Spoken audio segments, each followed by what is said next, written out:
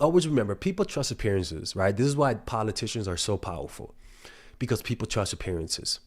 It's difficult to look beneath the surface of everything for plenty of reasons. So when people trust appearances, and then one moment you show desire, and then the other moment you show indifference, it confuses them. It's like the story of the sauna guy, right? Like, people are like, oh my god, that sounds gay, right? Now, where this sauna guy was really friendly to me, and the sauna, I never talked to him. I'm like, this dude's talking to me in the sauna. This is weird as shit, but I give people chances, and we had a fun conversation. And then the next day at the YMCA, I saw him in the hallway, and this guy just literally didn't even say hi to me. I'm like, he didn't even look at me. And I'm like, what the fuck? Like, this guy was friendly to me in the sauna, and now we're outside in normal temperature. Now you don't even want to say hi? Well, like, what the fuck is going on? You know? What was it, like a one night sauna? Like, what the fuck? And it did confuse me. I'm not even gay. And I'm like, dude, I thought you were friendly. So it kind of like, you literally broke what I thought of you, right? Now, so remember, this principle works because of appearances. They create an image of you. Now, why does this work? Well, for a few reasons, evolutionary reasons. From an evolutionary standpoint, our ancestors had to make rapid judgments about others to survive. Deciding quickly whether someone was friend or foe could mean the difference between life and death. So physical appearances served as one of the few immediate cues available for making these swift assessments.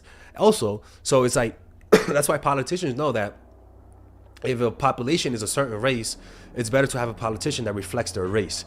And also, not just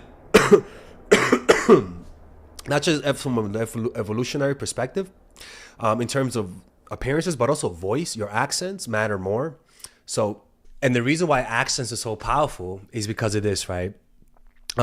Studies have shown that if you put like a white guy in China, for example, and he's an American, and then there's another white guy in China, but that white guy speaks Chinese and has a Chinese accent.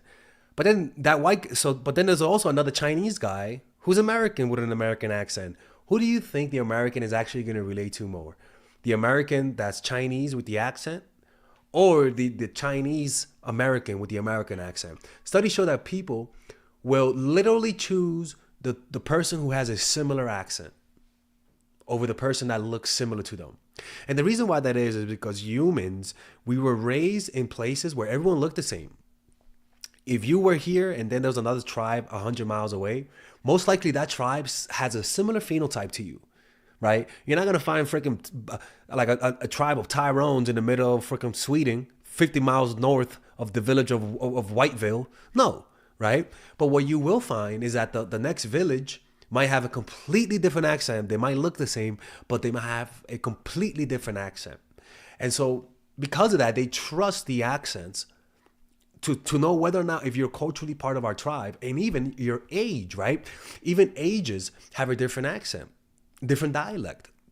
So how you communicate tells you more about whether or not I should trust you than how you look. But that's why it's good to, like, when you listen to people, find the words that they say often and use it around them. Because one of the things that will happen, one of the things when you fall in love that's really charming, is that you tend to unconsciously adapt the way that the other person speaks. You can eventually develop their accents and unconsciously mimic the words that they say. What you want to be able to do is consciously pick up on the words that they use. Certain phrases, like well, that's lit. Like there's certain phrases, and find the ones that are more comfortable to you, and find ways to bring it in and to say it to them while you're having a conversation, right? These are things that humans are wired to develop a sort of superficial rapport that could potentially lead to a deeper rapport. It's almost like you're opening a portal to creating that rapport through just verbal communication. It's even better if you can learn their accent, but that's actually what Hillary Clinton used to do. That actually, there's videos of Hillary Clinton going in the South and speaking in one accent, and then going up in the North and speaking in one accent. Now you can't do that no more. But even politicians, as savvy as she is, she knew that she had to do that, and it actually worked. Bill Clinton also did that. Plenty of politicians did worked on different accents, and it actually worked in gaining people's following, because humans understand that what matters more is your culture. And your skin color doesn't say about your culture, but what does say about your culture is your colloquial and your accents and the phrases that you use.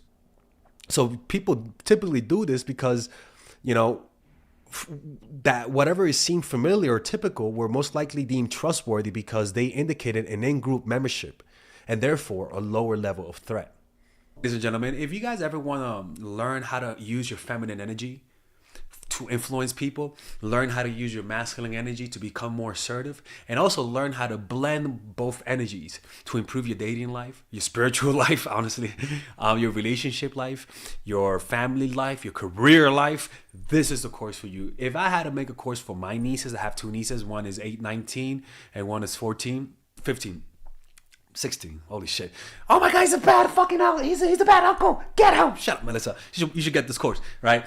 And this is the course that I will make for them. So, for example, watch the curriculum, right? In the first week, we're going to be showing you how to establish a strong masculine foundation without letting it hurt your feminine energy.